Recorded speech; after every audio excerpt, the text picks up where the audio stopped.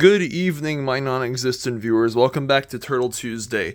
Last week, when I reviewed the episodes 7 through 9 of season 5, it was the Miyamoto Usagi, the Samurai Rabbit crossover episodes of season 5.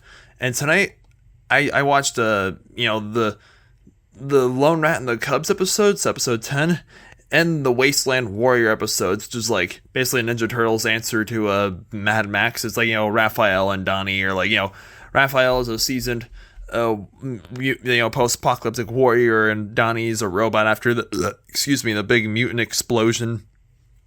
I think season 5 was released in 2017, so Raphael even references Mad Max, where he says, "What a day, what a lovely day."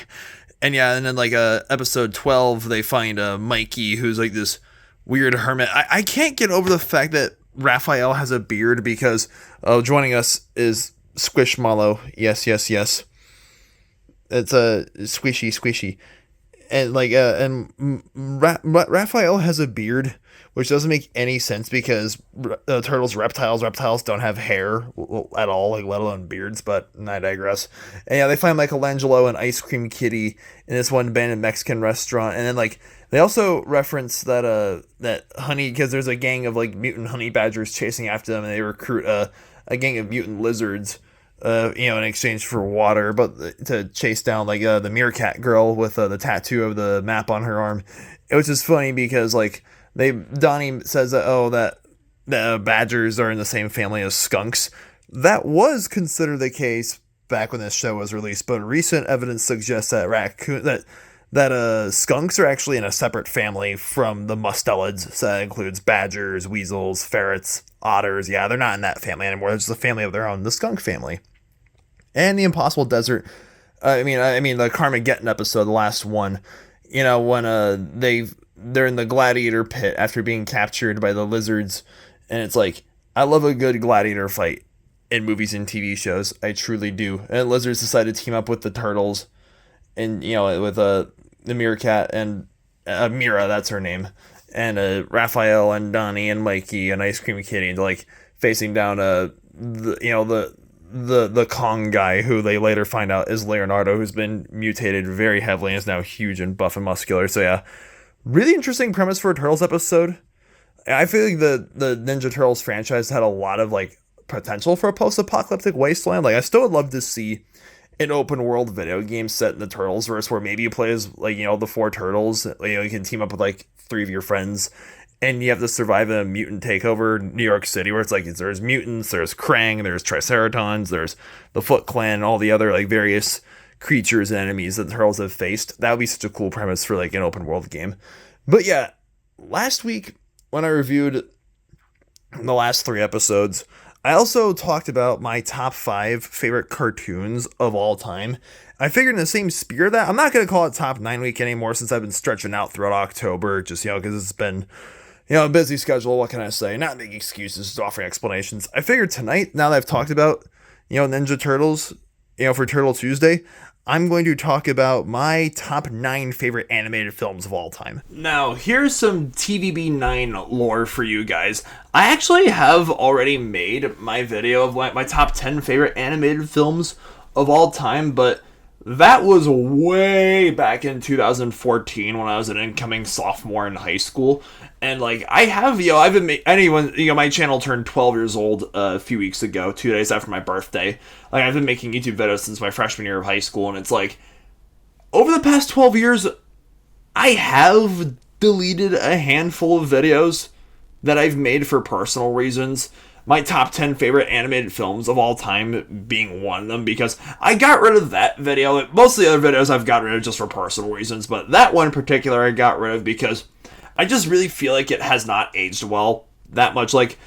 Because I still love all the animated films I talked about in that list, but as years have gone on, as my love and respect of animation as a medium has been strengthened, so to speak, over the years, I feel like it was time for a remaster of that video. So I'm going to give you guys my top 9 favorite animated films of all time. And it was hard to narrow it down to just 9, because I'd say that most of the songs I put on my movies I put on my original list have stayed fairly the same, but I've had to switch around a couple of them after further consideration. But I do have a lot of honorable mentions I put down in my notebook right here. I'm giving honorable mentions to the first two Kung Fu Panda films, Brother Bear, the Lego movie, Claudia Chance of Meatballs, the first two Despicable Me films, Coraline, Up, South Park, Bigger, Longer, and Uncut, the first two Toy Story films,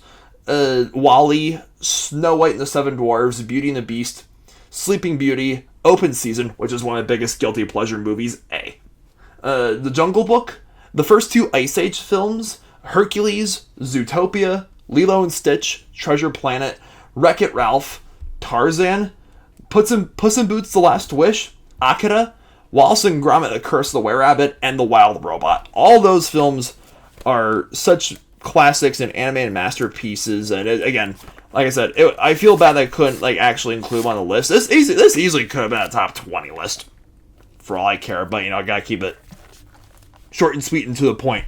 Even on my videos, I do so much yammering on my videos. Anyways, my number 9 spot. I decided to couple two films together for my number 9 spot. That goes to Spider-Man Into the Spider-Verse and its successor, Spider-Man Across the Spider-Verse. They're from the same franchise. I kind of pair movies together for these kinds of lists.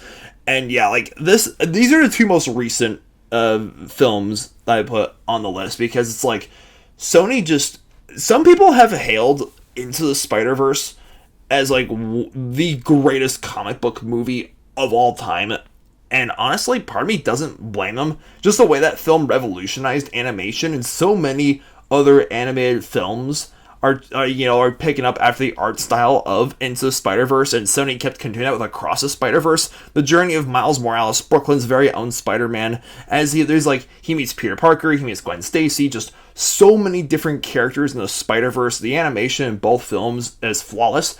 I said this because Spider-Man Across the Spider-Verse, when that film came out, around the time my internship at the Utica Zoo started 2 years ago, that film broke my YouTube hiatus. I got back into making videos again thanks to that film, because I temporarily quit YouTube spring of 2023 after losing an internship, and I was just man, I saw Across the Spider-Verse twice in theaters. That's my favorite movie of 2023, and I have no regrets for saying that. But anyways, my number 8 spot goes to, again, pairing two films up together, the first two How to Train Your Dragon films. Oh my gosh, DreamWorks, you let DreamWorks cook and they deliver a full course meal. The first How to Train Your Dragon film, one of my favorite memories from 2010 was my friend and myself and both our families all going out to the theaters to see How to Train Your Dragon together. And yeah, I loved How to Train Your Dragon: The Hidden World, but I feel that's a great third installment for the franchise too, but the first two films are just so timeless to me, because the first How to Train a Dragon, it's Hiccup goes from being this this wimpy Viking warrior to being the first one to tame a dragon. Toothless is so adorable, and the animation in both films is flawless, and the action scenes of the dragons and the fights. And How to Train a Dragon 2, Stoic's death scene might be one of the most hard-hitting deaths in any, and God, I can't speak tonight. It is one of the hardest-hitting deaths in animation. One of my picks. Stoic is my favorite DreamWorks dad. Gotta hats off to all the excellent animated dads. He's voiced excellently by Gerald Butler, and Hiccup is voiced excellently by Jay Burchell. And you just gotta love the film that how it expands on Viking lore and dragons. Both films really capture my imagination as a kid, just like all the other films on this list. My number seventh favorite animated film of all time, Finding Nemo.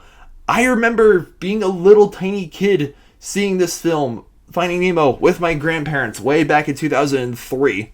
May 30th is a very special day to me. Not only is it Joan of Arc's feast day and my stepdad's birthday and my anniversary of my first day of my internship at the Utica Zoo, it also, May 30th was a day that Finding Nemo was released way back in 2003. It's such a touching, cute story of Marlin and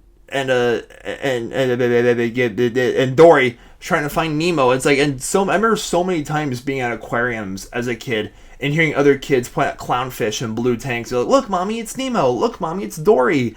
And just how this film, like, the animation captures ocean life so well. And the opening scene where Barracuda eats Marlin's wife and all his other babies just makes you realize, like, how much he cares as a dad. And yeah, I mean, we don't talk about how far Ellen DeGeneres' career has plummeted over the years, but the voice acting is top notch as well. And obviously, it's always going to hold a special place in my heart. My number 6 spot is the first anime to win the Oscar for Best Animated Feature, Spirited Away. Hayao Miyazaki, the man, the myth, the legend. Like, I remember this movie freaked me out so much as a kid, and it still kind of gets under my skin to this day. Spirited Away is, like, such a brilliant example of, like, soft world building when Chihiro, which, by the way, the voice actress for the English dub of Spirited Away for Chihiro is the same voice actress for Lilo in the Disney movie Lilo and Stitch. And guess what? Lilo and Stitch and Ice Age lost that Oscar to Spirited Away, which is, like, I mean, I love those two films too, but can you really blame them? Like, this film's, like, the animation, like, I remember watching Watch Mojo's top 10 most beautifully animated films. Spirited Away is at the top of that list, and I could totally see why. I've been meaning to rewatch this film for quite some time, because it's, like, it's definitely a film that's very whimsical, but creepy at the same time, and there's, like, a lot of hidden themes. And again, it's a great example of soft world building, where it's, like, you know, she gets lost in this, like, this fantastical world full of various, like, spirits and ghosts, but it doesn't go super in depth on the lore like hard building fantasies like Lord of the Rings. Like, it's just it's a mystical place, and her parents turn into pigs. Don't ask. But anyways, moving on to my top 5. My 5th favorite animated film of all time is Shrek.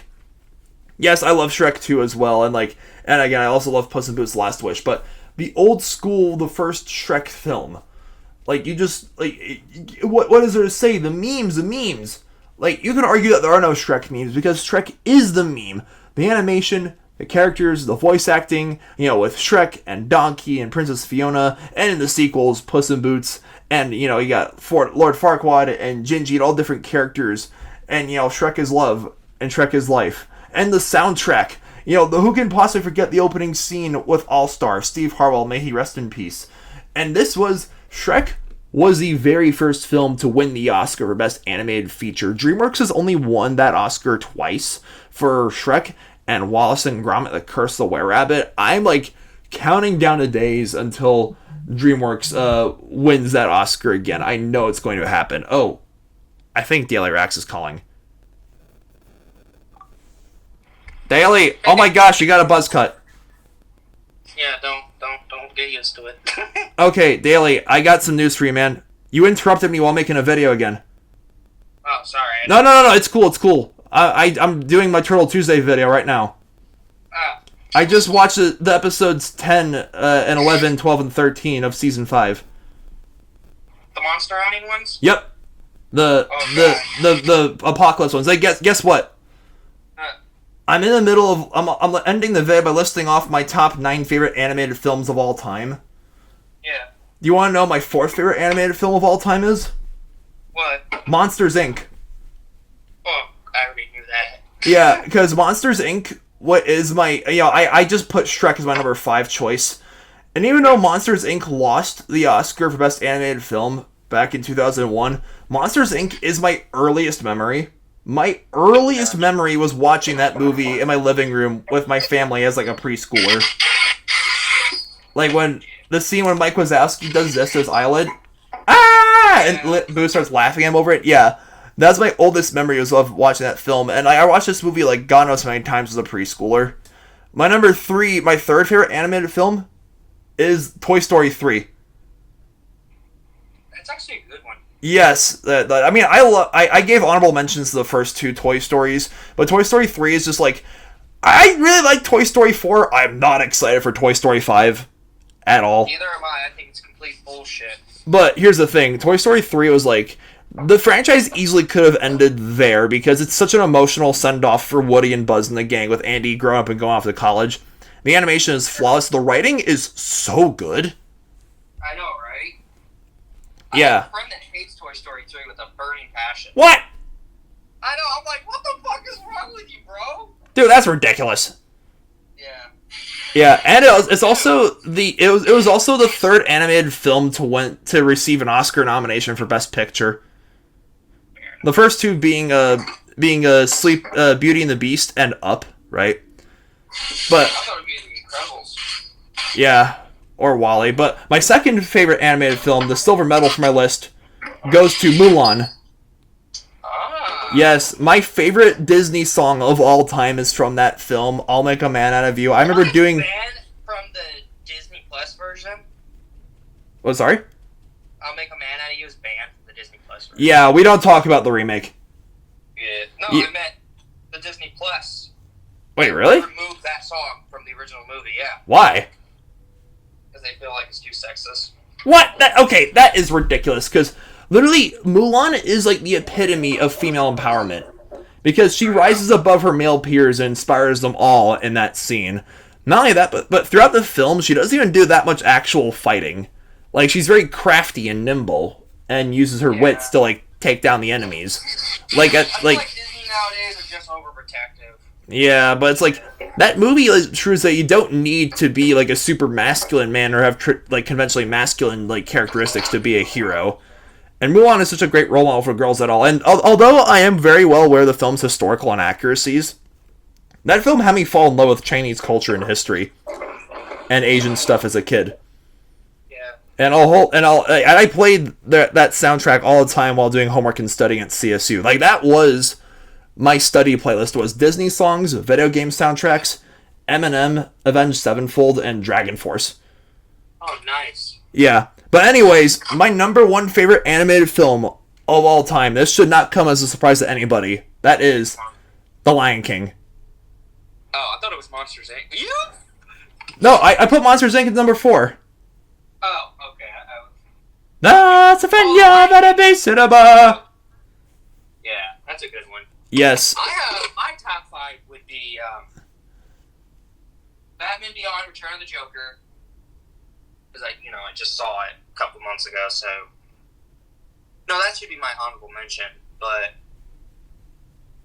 number 4 would be TMNT 2007. Love that movie, always will.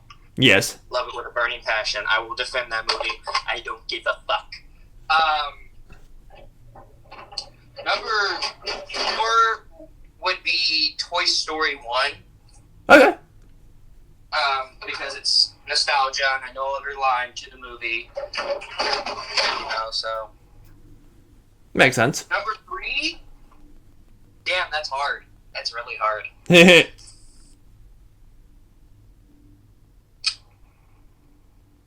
It's good. It's a good thinking, don't you think? I'm gonna say Lilo and Stitch. I had a love-hate with it, and then as I grew up, I started appreciating it a lot more. I give it an honorable mention. You'll see the full list when I edit this thing and put it up on my channel later. Number 2, Turtles Forever. It's a great continuation of the 2003 show. Not great of a team-up with the 87 Turtles, but at least it's a good ending to the series. And to celebrate the Turtles' 25th anniversary. Right. On number 1, man.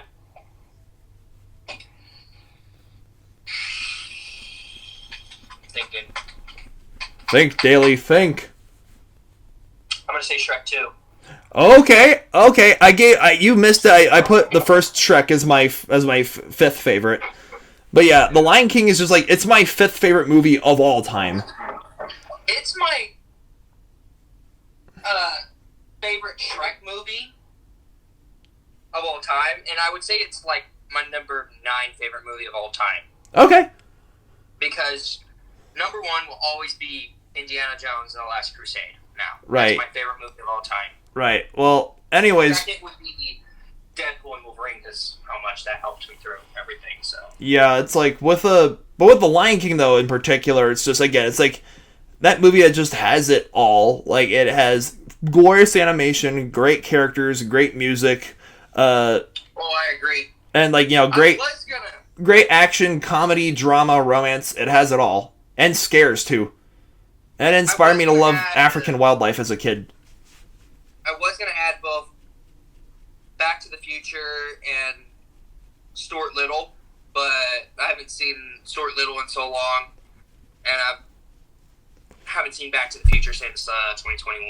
All right, well, there you guys have it. My top 9 favorite animated films of all time. I gotta edit this thing and put up and go to bed because I'm up at like 4 a.m. tomorrow. Why? For work. Yeah, Damn. that's why I haven't been uploading these list videos as consecutively as I've wanted to. Not make excuses, just give an explanation. But yeah, Daily, thanks for being the surprise guest once again, and you guys have a good night. Stay beastly.